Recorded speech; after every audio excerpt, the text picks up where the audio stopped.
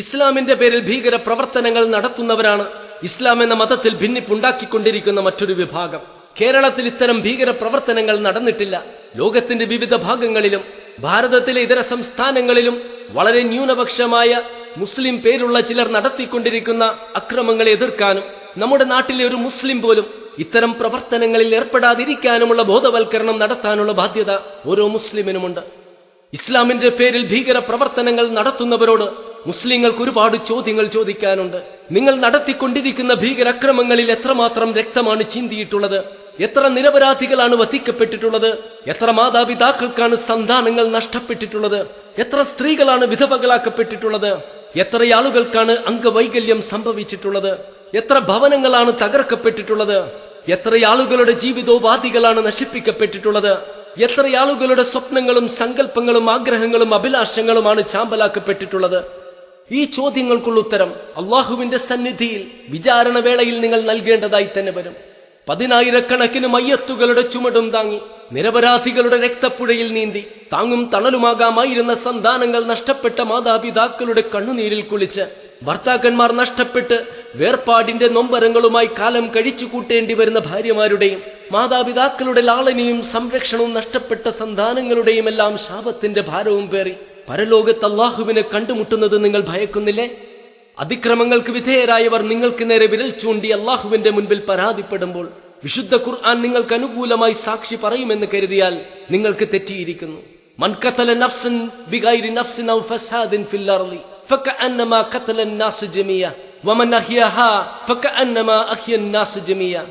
മറ്റൊരാളെ കൊന്നതിന് പകരമോ ഭൂമിയിൽ കുഴപ്പമുണ്ടാക്കിയതിന്റെ പേരിലോ അല്ലാതെ ഒരു നിരപരാധിയെ വധിക്കുന്നത് മൊത്തം മനുഷ്യ സമൂഹത്തെയും വധിക്കുന്നതിന് തുല്യമാണെന്നും ഒരു മനുഷ്യ ജീവൻ രക്ഷിക്കുന്നത് മൊത്തം മനുഷ്യരെയും രക്ഷിക്കുന്നതിന് തുല്യമാണെന്നുമുള്ള വിശുദ്ധ ഖുർആനിലെ 5-ാം അധ്യായത്തിലെ 32-ാം വചനവും ഒരു ജനതയോടുള്ള വെറുപ്പ്, അവരോട് അതിക്രമം കാണിക്കാൻ നിങ്ങളെ പ്രേരിപ്പിക്കരുതെന്ന വിശുദ്ധ ഖുർആനിലെ 5-ാം അധ്യായത്തിലെ 8-ാം വചനവുമെല്ലാം നിങ്ങൾക്കെതിരെയുള്ള ശക്തമായ തെളിവുകളായിരിക്കും.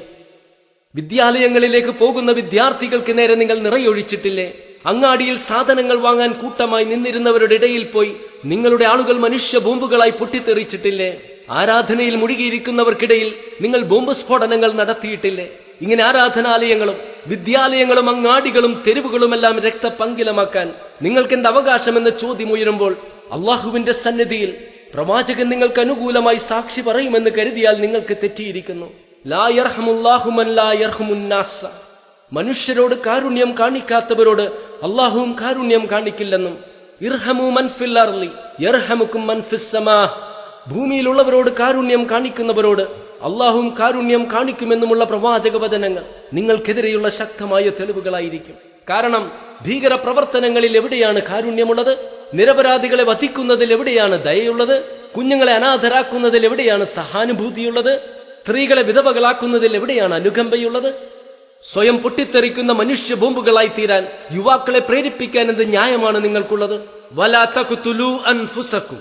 നിങ്ങൾ നിങ്ങളെ തന്നെ വധിച്ചു കളയരുതെന്ന വിശുദ്ധ ഖുർആനിലെ 4-ാം അധ്യായത്തിലെ 29-ാം വചനം നിങ്ങൾക്കെങ്ങനെ വിസ്മരിക്കാൻ കഴിഞ്ഞു?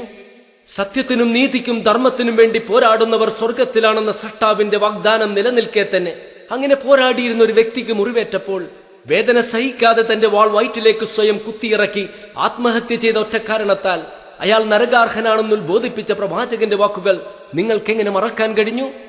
മലമുകളിൽ നിന്നും ചാടി സ്വയം മരിക്കുന്നവൻ നരകത്തിലാണെന്നും അവിടെ വെച്ച് നിരന്തരം അങ്ങനെ ചാടിക്കൊണ്ടിരിക്കുകയും ആത്മഹത്യ ചെയ്തപ്പോൾ അനുഭവിച്ച ഭയാനകമായ അവസ്ഥ നിരന്തരം അനുഭവിച്ചു കൊണ്ടിരിക്കുമെന്നും അതുപോലെ മൂർച്ചയുള്ള ആയുധം സ്വശരീരത്തിൽ കുത്തിയിറക്കി ആത്മഹത്യ ചെയ്തവൻ നരകത്തിലാണെന്നും അവിടെ നിരന്തരം അയാൾ സ്വശരീരത്തിലേക്ക് ആയുധം ഇറക്കിക്കൊണ്ടിരിക്കുമെന്നും വിഷം കഴിച്ച് ജീവൻ ഒടുക്കിയ വ്യക്തി നരകത്തിൽ വെച്ച് നിരന്തരം വിഷം കഴിച്ചു കൊണ്ടിരിക്കുമെന്നും അങ്ങനെ ഇഹലോകത്ത് വെച്ച് ആത്മഹത്യ ചെയ്യാൻ ഉപയോഗിച്ച രീതി നരകത്തിൽ വെച്ച് നിരന്തരം ആവർത്തിക്കുകയും ആത്മഹത്യ ചെയ്തപ്പോൾ അനുഭവിച്ച ഭയാനകമായ അവസ്ഥ നിരന്തരം നരകത്തിൽ വെച്ച് അനുഭവിച്ചു കൊണ്ടിരിക്കുമെന്ന നബി സല്ലല്ലാഹു അലൈഹി വസല്ലമയുടെ താക്കീത് മറച്ചു വെച്ചുകൊണ്ടല്ലേ ഈ യുവാക്കളെ നരകത്തിൽ നിരന്തരം പൊട്ടിത്തെറിക്കുന്ന ഭയാനകമായ സർവനാശത്തിലേക്ക് നിങ്ങൾ തള്ളിവിട്ടത്?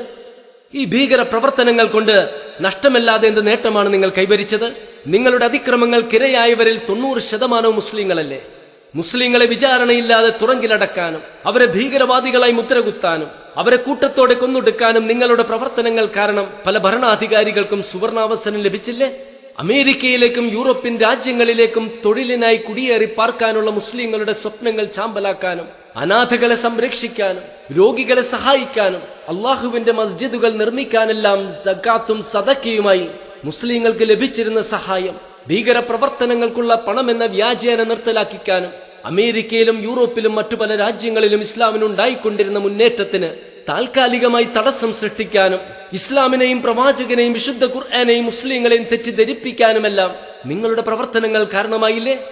തീവ്രവാദത്തിനും ഭീകര പ്രവർത്തനങ്ങൾക്കുമെതിരെ വിശുദ്ധ ഖുർആന്റെ കൽപ്പനകൾക്കും ഒരു കിളിയെപ്പോലും വധിച്ചവൻ അള്ളാഹുവിങ്കൽ അതിന് സമാധാനം ബോധിപ്പിക്കേണ്ടി വരുമെന്നും ഒരു ഉറുമ്പ് കടിച്ചതിന് ഉറുമ്പിൻ കൂട്ടത്തെ മുഴുവനും നശിപ്പിച്ചൊരു ദൈവദൂതനെ പോലും അള്ളാഹു ശാസിച്ചെന്നെല്ലാമുള്ള പ്രവാചക മുന്നറിയിപ്പുകൾക്ക് വിരുദ്ധമായും ജിഹാദ് എന്ന ഉന്നതമായ ആശയത്തെ തെറ്റിദ്ധരിപ്പിച്ചും വിശുദ്ധ ഖുർആന്റെ ആശയങ്ങളെ ദുർവ്യാഖ്യാനം ചെയ്തും ഇസ്ലാമിന്റെ പേരിൽ ഭീകര പ്രവർത്തനങ്ങളിൽ ഏർപ്പെടുന്ന വിരലിലെണ്ണാവുന്ന മുസ്ലിം പേരുള്ള ചില സംഘടനകളും വ്യക്തികളുമാണ് ഇസ്ലാം എന്ന മതത്തിൽ ഭിന്നിപ്പുണ്ടാക്കുന്ന ഒരു വിഭാഗം. അത്തരക്കാരെ തുറന്നു കാണിക്കുന്ന വ്യക്തികളെയും സംഘടനകളെയും മുസ്ലിങ്ങളെ ഭിന്നിപ്പിക്കുന്നവരെന്ന് പറഞ്ഞ് നാം ആക്ഷേപിക്കരുത്.